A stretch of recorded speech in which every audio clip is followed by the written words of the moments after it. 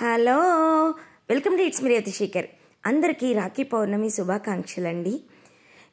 ఈ సంవత్సరం రాఖీ పౌర్ణమి వరలక్ష్మి వ్రతం రోజు మధ్యాహ్నమే వచ్చినప్పటికీ శనివారం ఉదయం 5:56 నుంచి మధ్యాహ్నం 1:24 లోపు రాఖీ కట్టేందుకు శుభ సమయం అని చెప్పారండి.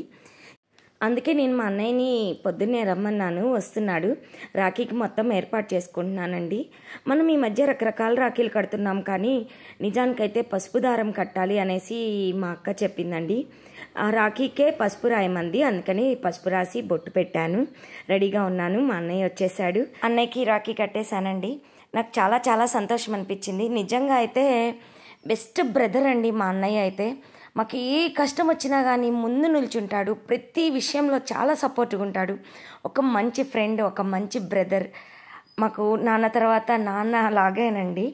ఈ మాటలు చెప్తేనే నాకైతే చాలా ఎమోషన్ అయిపోతున్నాను. చాలా హ్యాపీ అనిపించింది. ఇలాంటి అన్నయ్య ఉండడం అదృష్టమే. మా అన్నయ్య చీర పెట్టాడు. మీరు మరి మీ అన్నలకి తమ్ముళ్ళకి రాఖీలు కట్టారా? వీడియో నచ్చితే లైక్ చేయండి, షేర్ చేయండి. It's me Revathi Shekar. నాకు తెలిసింది మీకు చెప్పాను. Thank you.